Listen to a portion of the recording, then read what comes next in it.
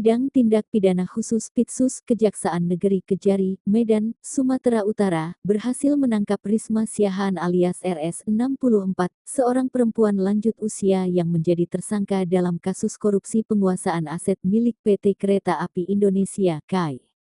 Nilai kerugian negara dalam perkara ini ditaksir mencapai 21,91 miliar rupiah. Penangkapan terhadap Nenek Risma dilakukan setelah proses penyelidikan dan pengumpulan alat bukti yang mendalam oleh tim penyidik Kejari Medan. Ia diduga terlibat dalam penguasaan lahan atau aset milik PT KAI secara melawan hukum yang menyebabkan kerugian besar bagi perusahaan milik negara tersebut.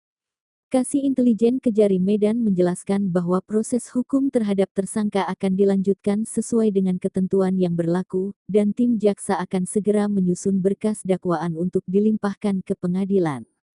Penahanan terhadap Nenek Risma dilakukan guna mempercepat proses hukum dan mencegah adanya upaya menghilangkan barang bukti. Kasus ini menarik perhatian publik karena tersangka merupakan seorang wanita lanjut usia.